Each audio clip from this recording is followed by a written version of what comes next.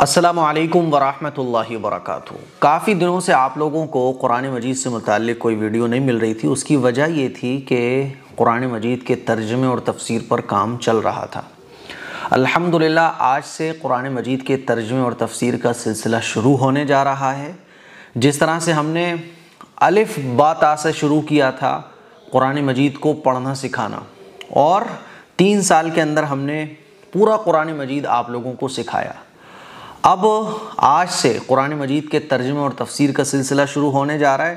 آج ہم لوگ سب سے پہلے پڑھیں گے سورہ فاتحہ کا ترجمہ اور تفسیر، کیونکہ یہ قرآن مجید کی سب سے پہلی سورت ہے، اور نماز کے اندر ہم لوگ اس کو بہت بار پڑھتے ہیں۔ جتنی رکعت پڑھیں گے اتنی بار ہم اس سورت کو پڑھتے ہیں۔ اس سورت کے بغیر تو نماز ہی نہیں ہوتی ہے، اسی لیے ہمیں پتہ ہونا چاہیے کہ نماز کے اندر جو ہم یہ سورہ فاتحہ پڑھتے ہیں اس کا ترجمہ کیا ہوتا ہے، اس کا مطلب اور اس کے معنی کیا ہوتے ہیں۔ پھر اس کے بعد انشاءاللہ روزانہ ہم وہ 10 صورتیں جو زیادہ تر نماز میں لوگ پڑھتے ہیں، الم ترا سے لے کے والناس تک، ان 10 صورتوں کا ترجمہ اور تفسیر پڑھیں گے۔ پھر اس کے بعد سورہ بقرہ سے لے کے ہمارا سلسلہ ایک ایک صورت کر کے شروع ہوگا۔ روزانہ ایک رکوع، جیسے میں نے قرآن مجید جب آپ لوگوں کو پڑھنا سکھایا تھا تو ایک رکوع ہی میں آپ لوگوں کو پڑھایا کرتا تھا، کچھوے والی چال۔ روزانہ چلو، روزانہ پڑھو، لیکن پابندی کے ساتھ ہونا چاہیے، چاہے تھوڑا ہو۔ اور اللہ کے رسول صلی اللہ علیہ وسلم کے ارشاد بھی ہے کہ اللہ کو وہ عمل پسند ہے جو پابندی کے ساتھ ہونا چاہیے۔ تو ہفتے میں 2-3 ویڈیوز آپ کو انشاءاللہ قرآن مجید کی تفسیر اور ترجمہ کی ملا کریں گی۔ روزانہ ایک رکوع کا ترجمہ اور تفسیر ہم لوگ پڑھا کریں گے۔ تو یہ ویڈیوز اب روزانہ جو آپ کو ملیں گی تفسیر اور ترجمے کی، دھیان سے دیکھیے گا، سنیے گا، اور میں بہت لمبی چوڑی تفسیر اور ترجمہ نہیں کروں گا، بلکہ مختصر کرنے کی کوشش کروں گا تاکہ آپ لوگوں کو جلدی سے یاد ہو جائے اور جلدی سے آپ لوگ سمجھ جاؤ، ٹھیک ہے؟ آئیے سب سے پہلے جانتے ہیں سورہ فاتحہ۔ الحمدللہ رب العالمین الرحمن الرحیم۔ اس سورت کے نام کتنے ہیں؟ سب سے مشہور اور جو معروف نام ہے اس سورت کا وہ ہے سورہ فاتحہ، اور اس کے بہت سارے نام ہیں جو میں آپ لوگوں کو بتانا چاہتا ہوں۔ پہلا اس کا نام ہے ام القرآن، دوسرا نام ہے ام الکتاب، تیسرا نام ہے سورۃ الحمد، چوتھا نام ہے سبع مثانی، پانچواں فاتحۃ الکتاب، چھٹا الکافیہ، ساتواں الوافیہ، آٹھواں الشفاء، اور نواں نام ہے سورہ دعا۔ یہ اس سورت کے نام ہیں بہت سارے۔ قرآن مجید کے اندر جو بھی کچھ بیان کیا گیا ہے نا، وہ سورہ فاتحہ کی تفسیر ہے۔ یعنی جو کچھ سورہ فاتحہ کے اندر بیان کیا گیا ہے وہی ڈیٹیل میں کھول کر سمجھا کر پورے قرآن مجید کے اندر بیان کیا گیا ہے۔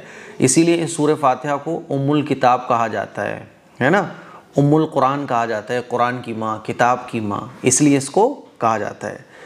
شفا، اس کا نام ہے سورہ شفا، کیونکہ اس سے جو ہے نا بڑی بڑی بیماریوں کا علاج بھی ممکن ہے۔ بہت ساری بیماریوں سے شفا اللہ تعالیٰ نے اس سورت کے اندر رکھی ہے۔ اب آئیے جانتے ہیں سورہ فاتحہ کی کچھ فضیلتیں جو رسول اللہ صلی اللہ علیہ وسلم کی مبارک حدیث سے ثابت ہیں۔ سورہ فاتحہ کے جو اتنے سارے نام ابھی میں نے آپ لوگوں کو بتائے، اس کی وجہ یہ ہے کہ سورہ فاتحہ کی فضیلتیں بہت زیادہ ہیں، اور جب کسی چیز کی ساری فضیلتوں کو بیان کرنے کے لیے ایک لفظ کافی نہ ہو، یعنی ایک لفظ ایسا نہ ہو جو ساری خوبیوں کو بتا سکے، تو ظاہر ہے پھر اس کی خوبیوں کو بتانے کے لیے اس کے الگ الگ نام رکھے جاتے ہیں۔ تو سورہ فاتحہ کے اندر چونکہ فضیلتیں زیادہ ہیں، اس کے فائدے بہت زیادہ ہیں، اسی لیے اس کے اتنے سارے نام ہیں۔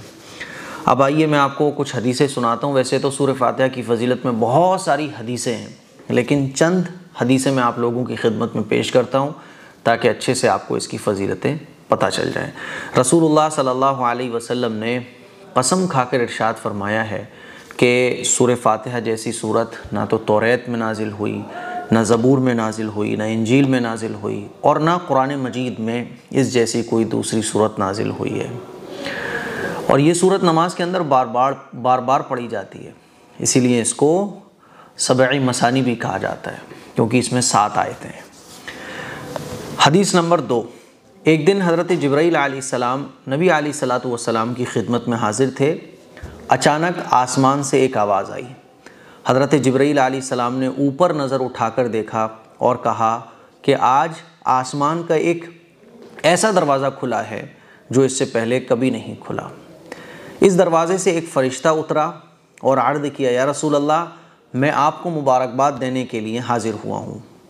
آپ صلی اللہ علیہ وسلم کو 2 ایسے نور دیے گئے ہیں جو اس سے پہلے کسی نبی کو نہیں دیے گئے، ایک سورہ فاتحہ اور دوسرا سورہ بقرہ کی آخری آیتیں۔ آپ صلی اللہ علیہ وسلم ان کو پڑھیں گے تو ان میں جو دعائیں ہیں وہ قبول ہوں گی۔ یہ اس کی فضیلت ہے۔ حدیث نمبر 3، آپ صلی اللہ علیہ وسلم کا مبارک ارشاد ہے کہ سورہ فاتحہ موت کے علاوہ ہر بیماری کے لیے شفا ہے، اور آپ صلی اللہ علیہ وسلم نے یہ بھی فرمایا ہے کہ سورہ فاتحہ 2/3 قرآن کے برابر ہے، اور یہ بھی فرمایا ہے کہ بیماری کے لیے اس سورت کو پڑھ کر دم کرنا چاہیے۔ کوئی بھی بیماری ہو اس سورت کو پڑھ کے دم کرو۔ اسی لیے بعض علماء سے یہ بھی منقول ہے کہ 41 مرتبہ 41 ٹائمز سورہ فاتحہ پڑھ کر پانی پر دم کر کے مریض کو وہ پانی پلایا جائے تو انشاءاللہ مریض کو اس بیماری سے شفا حاصل ہوگی۔ حدیث نمبر 4، حدیث قدسی میں ہے کہ اللہ تعالیٰ ارشاد فرماتا ہے کہ میں نے سورہ فاتحہ کو اپنے اور اپنے بندے کے درمیان تقسیم کی ہے، آدھی سورت کا تعلق مجھ سے ہے اور آدھی کا تعلق بندے سے ہے، اس میں بندے کی دعا ہے اور بندہ جو چیز مانگتا ہے میں اس کو وہ چیز دیتا ہوں۔ تو یہ سورہ فاتحہ کی فضیلت میں 4 حدیثیں تھی جو میں نے آپ لوگوں کو سنائی۔ اب آئیے سورہ فاتحہ کا ترجمہ کرتے ہیں کہ سورہ فاتحہ کا ترجمہ کیا ہے۔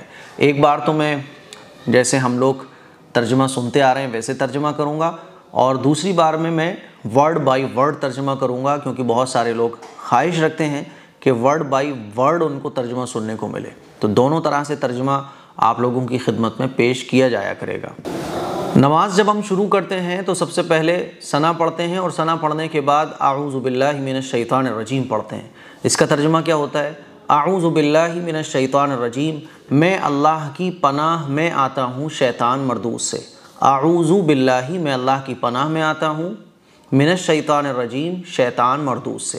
پھر ہم پڑھتے ہیں بسم اللہ الرحمن الرحیم، شروع اللہ کے نام سے جو بڑا مہربان نہایت رحم والا ہے۔ ٹھیک ہے، اعوذ باللہ یہ نماز کے اندر ثنا پڑھنے کے بعد صرف ایک بار سنت ہے، ٹھیک ہے، بار بار ہر رکعت میں اعوذ باللہ نہیں پڑھی جائے گی، صرف پہلی رکعت میں۔ اور بسم اللہ الرحمن الرحیم یہ ہر رکعت میں سب سے پہلے پڑھنا سنت ہے، ٹھیک ہے۔ تو بسم اللہ الرحمن الرحیم، شروع اللہ کے نام سے جو بڑا مہربان نہایت رحم والا ہے۔ الحمدللہ رب العالمین، تمام تعریفیں اس اللہ کے لیے ہیں جو تمام جہانوں کا پروردگار ہے۔ تمام تعریفیں یعنی دنیا کے اندر جس کی بھی تعریف کی جا رہی ہے، اصل میں وہ تعریف کس کی ہے؟ اللہ کی ہے، کیونکہ اس کائنات کو بنانے والا کون ہے؟ اللہ ہے، جو تمام جہانوں کا پروردگار ہے۔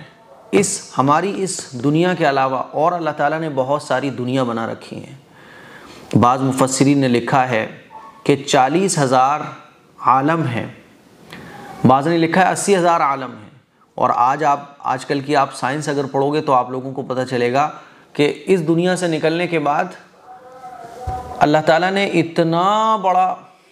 اتنی بڑی کائنات بنا رکھی ہے کہ چلتے رہو کروڑوں سال چلو لیکن وہ ختم نہیں ہوگی، کوئی حد ہی نہیں ہے یہاں سے باہر نکلنے کے بعد۔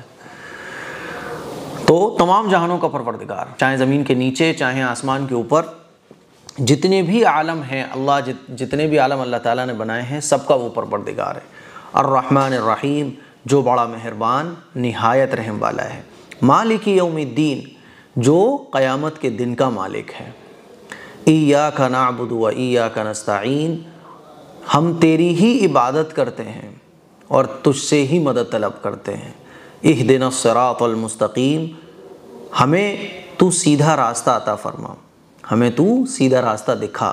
صراط الذین انعمت علیہم، ان لوگوں کا راستہ جن پر تو نے انعام کیا۔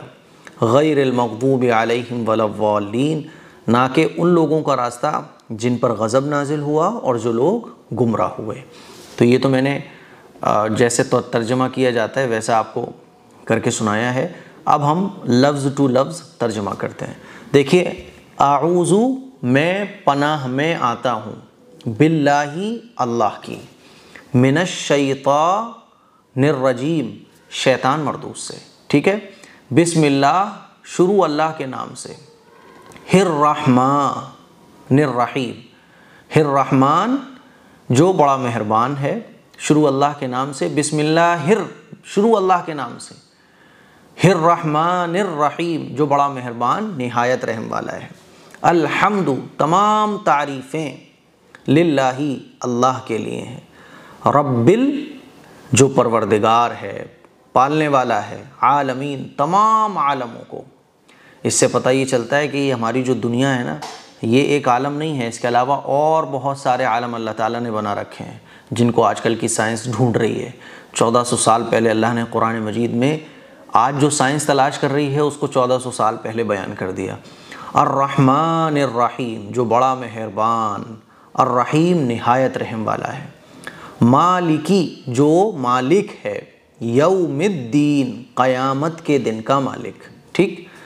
ایاک نعبد ہم تیری ہی عبادت کرتے ہیں۔ عبادت کس کی کرنا چاہیے؟ صرف اللہ کی عبادت کرنا چاہیے، اللہ کے علاوہ کسی کی عبادت کرنا جائز نہیں ہے۔ ہم تیری ہی عبادت کرتے ہیں، وَإِيَّاكَ نَسْتَعِينُ اور تجھ ہی سے مدد مانگتے ہیں، وَإِيَّاكَ نَسْتَعِينُ اور تجھ ہی سے مدد طلب کرتے ہیں۔ مدد بھی کس سے مانگنا چاہیے؟ اللہ سے مانگنا چاہیے۔ اہدنس ہمیں تو دکھا، صراط المستقیم صراط مستقیم، صراط مستقیم کس کو کہتے ہیں؟ سیدھا راستہ۔ اللہ کے نبی صلی اللہ علیہ وسلم نے ایک مرتبہ کچھ لکیریں بنائی، کچھ ٹیڑھی میڑھی، ایک بالکل سیدھی، اور صحابہ کو خطاب فرمایا کہ دیکھو یہ ٹیڑھے میڑھے جو راستے ہیں یہ میرے نہیں ہیں، یہ شیطان کے راستے ہیں، اور یہ جو سیدھا راستہ ہے جنت تک جانے والا یہ صراط مستقیم ہے۔ تو جب سورہ فاتحہ ہم پڑھتے ہیں تو اللہ سے مانگ رہے ہوتے ہیں اہدنا الصراط المستقیم، ہمیں تو صراط مستقیم عطا فرما، صراط مستقیم ہمیں دکھا۔ اب صراط مستقیم کیا ہے؟ صراط الذین ان لوگوں کا راستہ، انعمت علیہم انعمت جن پر تو نے انعمت تو نے انعام کیا، علیہم جن لوگوں پر، غیر المغضوبی غیر نہ کہ وہ لوگ، مغضوبی جن پر تیرا غضب نازل ہوا، ولز اور نہ وہ لوگ، ضالین جو گمراہ ہوئے۔ یہ ورڈ بائی ورڈ ترجمہ تھا جو میں نے آپ لوگوں کی خدمت میں پیش کیا۔ اب جب ہم نماز پڑھیں تو سورہ فاتحہ کی فضیلتیں، سورہ فاتحہ کے نام، سورہ فاتحہ کی اتنی اہمیت، یہ تمام کو مائنڈ میں رکھتے ہوئے نماز میں سورہ فاتحہ پڑھیں۔ الحمدللہ رب العالمین ہمارے مائنڈ میں ہونا چاہیے کہ اللہ اس آیت میں یہ فرما رہا ہے۔ تو یہ سورہ فاتحہ کی فضیلت تھی جو میں نے آپ لوگوں کی خدمت میں پیش کی۔ سورہ فاتحہ ایک ایسی صورت ہے جس کے بارے میں کہا جاتا ہے کہ یہ ایک دفعہ مکے میں نازل ہوئی، ایک دفعہ مدینے میں نازل ہوئی، تو یہ صورت مکی بھی ہے اور مدنی بھی ہے، اور قرآن مجید کی یہ پہلی صورت ہے جو مکمل نازل ہوئی۔ سورہ فاتحہ سے پہلے سب سے پہلی جو صورت تھی وہ تو سورہ علق ہے، اقرأ بسم ربک الذی خلق، اس کی کچھ آیتیں نازل ہوئیں، پھر اس کے علاوہ اور صورتیں جو نازل ہوئیں اس کی بھی کچھ آیتیں نازل ہوئیں۔ سورہ فاتحہ پہلی ایسی صورت ہے جو مکمل نازل ہوئی۔ بات سمجھ آ رہی ہے؟ تو یہ سورہ فاتحہ کی مختصر تفسیر تھی جو میں نے آپ لوگوں کی خدمت میں پیش کی۔ مجھے امید ہے کہ یہ جو تفسیر کا ایک چھوٹا سا ویڈیو ہے آپ لوگوں کو ضرور پسند آیا ہوگا۔ اگلی انشاءاللہ جو تفسیر ہوگی وہ الم تر کیف فعل ربک باصحاب الفیل، جو یہ صورت ہم لوگ پڑھتے ہیں نا، اس صورت کی تفسیر آپ لوگوں کی خدمت میں پیش کی جائے گی۔ دعاؤں کی گزارش ہے۔ السلام علیکم ورحمۃ اللہ وبرکاتہ۔